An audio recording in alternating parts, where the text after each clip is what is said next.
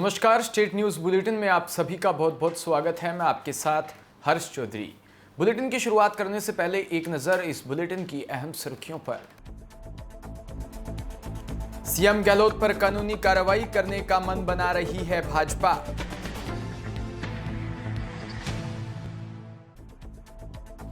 मुख्यमंत्री के भांजे के बेटे को जान से मारने की धमकी, लेन देन को लेकर उपजा विवाद।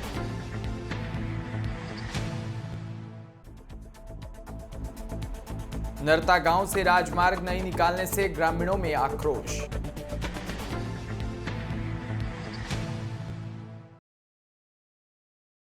और अब खबरें विस्तार से। राज्यसभा चुनाव को देखते हुए मुख्यमंत्री अशोक गहलोत की ओर से भाजपा पर विधायकों की खरीद फरोख्त करने संबंधी बयान को लेकर भाजपा गंभीरता से लेते हुए अब कानूनी कार्रवाई करने का मन बना रही है। भाजपा के प्रदेश अध्यक्ष सतीश पूनिया ने एक बयान जारी कर ऐसे संकेत भी दिए हैं। प्रदेश अध्यक्ष पूनिया ने ट्विटर पर जारी एक वीडियो संदेश में कहा कि राजस्थान में इन दिनों पॉलिटिकल ड्रामा चल रहा है, जिसके सूत्रधार मुख्यमंत्री अशोक गहलोत बने हुए हैं। वो ना जाने किन कारणों से और किस असुरक्षा से भयभीत है। वो अनर्गल बयानबाजियां कर रहे हैं, कभी विधायकों की बाड़ाबंदी करना तो कभी सीमाएं सील करना। इनसे वो यही संदेश दे रहे हैं कि उनके घर में कहीं ना कहीं अंतर्विरोध जरूर है। पूनिया ने कहा कि मुख्यमंत्री गहलोत पिछले 1.5 साल की नाकामियों और कोरोना संकट काल में विफलताओं को ढकने के लिए भाजपा पर विधायकों की खरीद फरोख्त की तोहमत लगा रही हैं। राजस्थान के विधायक कतई बिकाऊ नहीं हैं। वो मर्यादाओं का उल्लंघन करके राजस्थान की स्वच्छ राजनीति को प्रदूषित करने का काम कर रहे हैं। इस ड्रामे के पीछे वो अपने आप को आलाकमान की नज़र में नायक और उप मुख्यमंत्री को खलनायक साबित करने की कोशिश कर रही हैं। वो अपने बयानों को प्रमाणित करे, अन्यथा इस पर कानूनी कार्रवाई के लिए तैयार रहे। आपको बता दें कि सीएम अशोक गहलोत मीडिया और सार्वजनिक तौर पर कई बार भाजपा पर विधायकों को खरीद फरोख्त का आरोप लगा चुके हैं। पिछले कई दिनों से राज्यसभा चुनाव की छाया में एक पॉलिटिकल ड्रामा राजस्थान में चल रहा है और जिसके सूत्रधार हैं मुख्यमंत्री अशोक गहलोत। जाने किन आशंकाओं से, किन असुरक्षाओं से भयभीत हैं, कभी बाड़ाबंदी, कभी सीमाएं सील, इस तरीके के उपक्रमों से एक संदेश साफ दे रहे हैं कि अंतर्विरोध कहीं न कहीं उनके घर में जरूर है, पर तोहमत बीजेपी पर, और वो भी खरीद फरोख्त की। मैं साफ तौर पर उनको कहना चाहता हूं कि राजस्थान के विधायक कतई बिकाऊ नहीं हैं और आपने जो बयान किया है भारतीय जनता पार्टी पर, उसको प्रमाणित करें, सिद्ध करें, वरना मैं आपको चुनौती देता हूं कि उन्होंने जिस तरीके से मर्यादाओं का लंघन किया है और राजनीतिक राजस्थान जैसे एक शांतिपूर्ण प्रदेश में जिस तरीके से राजनीति को कलुषित करने की कोशिश की है, उसके लिए वो कानूनी तौर पर भी इस चुनौती का सामना करने के लिए तैयार हो जाएं। मुझे लगता है कि इस ड्रामे के पीछे वो अपने आप को नायक साबित करने की कोशिश कर रहे हैं और अपने ही उप मुख्यमंत्री को खलनायक साबित करने की कोशिश कर रहे हैं। आलाकमान की नज़र में नायक बनने के साथ साथ मुझे लगता है कि पिछले 1.5 साल में जो सरकार की विफलताएं हैं उनको ढकने के लिए, कोरोना के संक्रमण के प्रबंधन में फेल होने की उस विफलता को छुपाने के लिए ये नया पैंतरा उनका भारतीय जनता पार्टी के आरोप के रूप में है। इसलिए मुझे लगता है कि जिस तरीके से उन्होंने ये कवायद शुरू की, ऐसा लगता है कि धूल चेहरे पर थी और आईना साफ करते रहे। मुझे लगता है कि उनको गिरेबान में झांकने की जरूरत है।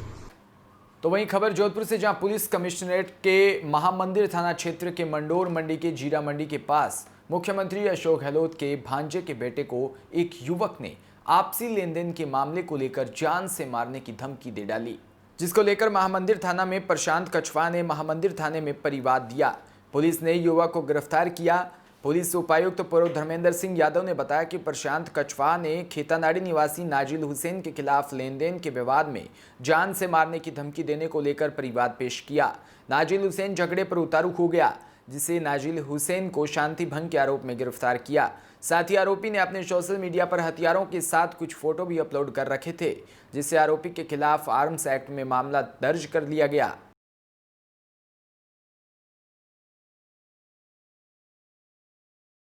कछवाहा नाम के व्यक्ति जो मंदोर इलाका के रहने वाले हैं, उन्होंने एक परिवाद दिया था नाजिल हुसैन के खिलाफ कि इनका इससे पैसे का लेन देन है और पैसा लुटाने के नाम पर वो डराता धमकाता है। हमारी जानकारी में ये भी आया था कि इसके पास अवैध हथियार होने की सूचना है। इसके कुछ फोटोग्राफ अवैध हथियार के साथ सोशल मीडिया पे वायरल हुए थे, जिसके संदर्भ में इसके खिलाफ आर्म्स एक्ट में मुकदमा दर्ज किया गया है और परिवार पे भी इसके खिलाफ कार्रवाई की। प्रशांत अचपाहा और नाजिम हुसैन का लेन देन का बात है, जिसमें नाजिम हुसैन द्वारा डराने धमकाने की बात भी सामने आई।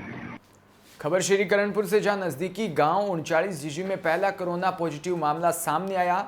वहीं शाम को कोरोना पॉजिटिव मामला सामने आने पर हड़कंप मच गया।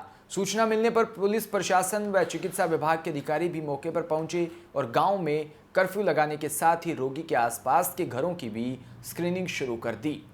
मिली जानकारी के अनुसार संक्रमित व्यक्ति दिल्ली तहत सेना की एक बटालियन में कार्यरत था, जो छुट्टी पर तकरीबन 3 दिन पूर्व ही अपने गांव पहुंचा था। BCMHO डॉक्टर अरोड़ा ने बताया कि सूचना मिलने पर बुधवार को कोविड-19 की जांच के लिए बाहर से आए लोगों के सैंपल लिए गए थे, जिसमें से गांव 39 जीजी व्यक्ति कोरोना पॉजिटिव पाया गया। संक्रमित व्यक्ति व परिवार के सदस्यों को जिला मुख्यालय रेफर कर दिया गया। साथ ही पूरे गांव को सैनिटाइज करवाने के साथ संक्रमित व्यक्ति की ट्रैवल हिस्ट्री व उससे संपर्क में आए अन्य लोगों की जानकारी जुटाने के साथ उनके सैंपल लिए जा रहे हैं। खबर चूरू के तारानगर से, जहां ब्लॉक के यूथ कांग्रेस के जिला अध्यक्ष भंवरलाल पुजारी के खिलाफ असंतोष खुलकर सामने आया। इस संबंध में यूथ कांग्रेस कार्यकर्ताओं ने ज्ञापन PCC सदस्य पुष्कर दत्त इंदौरिया को सौंपा। तारानगर तहसील यूथ कांग्रेस के उपाध्यक्ष अशोक शर्मा के नेतृत्व में युवाओं ने ज्ञापन सौंपते हुए बताया कि चूरू जिले के कांग्रेस अध्यक्ष भंवरलाल पुजारी का आचरण व व्यवहार पार्टी व कार्यकर्ताओं के लिए नुकसानदायक है। इन्होंने पार्टी को गुमराह करके विधानसभा चुनावों में टिकट हासिल की। प्रदेश युवक कांग्रेस के नवनिर्वाचित साथी नवीन सिलू के साथ जो व्यवहार किया, उससे हर कार्यकर्ता आहत है। पुजारी की वजह से पार्टी का बिखराव हो रहा है। युवा कांग्रेस जाने की बात नहीं सुनी जा रही। चूरू जिला कांग्रेस अध्यक्ष भंवरलाल पुजारी अपनी मनमर्जी चला रहे हैं। यूथ कांग्रेस के कार्यकर्ताओं ने भंवरलाल पुजारी के पोस्टर पर क्रॉस का निशान लगाकर PCC सदस्य पुष्कर दत्त इंदौरिया के सामने जलाकर अपना आक्रोश व्यक्त किया और भंवरलाल पुजारी को चूरू जिला अध्यक्ष पद से हटाने की भी मांग की।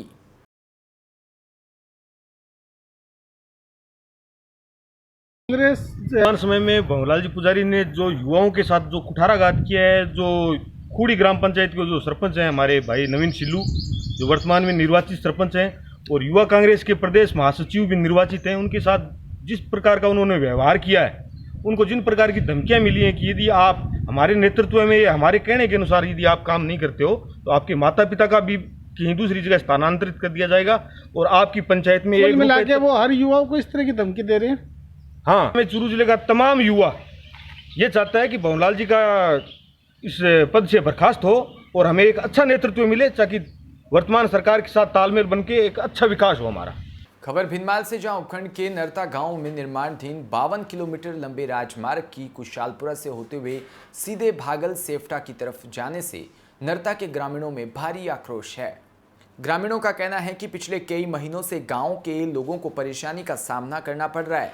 लोगों को दूसरे गांव या शहर जाना हो तो बस या जीप पकड़ के गांव से लगभग 1 से 1.5 किलोमीटर दूर चलकर बाद में बस या जीप या कोई अन्य वाहन मिलना संभव है। इस समस्या से परेशान होकर कलेक्टर व उपखंड अधिकारी को ज्ञापन भेजकर बताया कि राजमार्ग को नरता से होकर गुजारें, अन्यथा ग्रामीणों को अंतरिम रूप से भारी मात्रा में उपस्थित होकर धरना प्रदर्शन करना पड़ेगा, जिसका जिम्मेदार प्रशासन होगा। तो एक तरफ जहां वैश्विक कोरोना महामारी की मार आज पूरा देश झेल रहा है, तो वहीं दूसरी तरफ गौ सेवा के लिए जैन महाविद्यालय के छात्र व छात्राओं ने आज बढ़ चढ़कर आगे आने का निर्णय लिया। इस संकट की घड़ी में उबरने के लिए सिर्फ गौ सेवा ही सबसे बड़ा पुण्य का कार्य है। गौ सेवा के द्वारा ही भगवान दुख की घड़ी से मानव जाति को उभार सकता है। ऐसा ही एक अनूठी पहल ओसियां के निकटवर्ती भेरू सागर स्थित कृष्णाराम गौशाला में देखने को मिली। कॉलेज विद्यार्थियों व डॉक्टर वीरेंद्र सिंह गौड़ हरीश प्रजापत ने बताया कि हर वर्ष की भांति इस साल भी गौ सेवा के साथ साथ तरबूज पानी की व्यवस्था कॉलेज के विद्यार्थी सेवा दल द्वारा की गई। गौवंश के लिए प्रतिदिन सुबह और शाम दोनों समय चारा डाला जाता है व अमावस के दिन बेसारा गायों को गुड़, तरबूज व मीठे पानी की भी व्यवस्था की गई। इस गौशाला में वर्तमान में 250 गायें हैं। गौशाला प्रबंधक के आह्वान पर छात्रों हरीश प्रजापत, सुनील, महेंद्र सिंह, रविंदर, नथाराम, प्रहलाद राम, माया, डिम्पल, रावलोत, मरुधर कंवर, रामनिवास बिश्नोई ने मिलकर गौशाला में 3 क्विंटल तरबूज लाकर गायों को निस्वार्थ भाव से खिलाया है।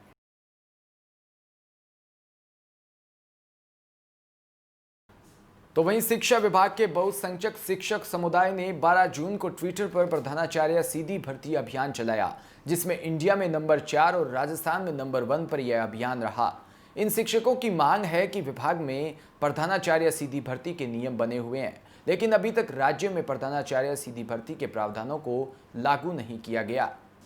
जबकि भूतपूर्व शिक्षा मंत्री वासु देवनानी ने 75% प्रमोशन से और 25% पद पर सीधी भर्ती से करने की बात कही थी, लेकिन आगे कार्रवाई नहीं हो सकी। राज्य सरकार ने 1998 में कर्म पदों के पर भी सीधी भर्ती का नियम बनाया था, जिसे आज तक अमल में नहीं लिया गया। वहीं उल्लेखनीय है कि राज्य में शिक्षा विभाग के अंतर्गत अधीनस्थ पदों पर 3.30 लाख से अधिक शिक्षक कार्यरत है, जो अपने पूरे जीवन काल में उच्च पदों पर भी नहीं जा पाते। इसी कारण समस्त शिक्षक समुदायों की मांग है कि प्रधानाचार्य के पदों को 50% सीधी भर्ती और 50% पदोन्नति से भरा जाए।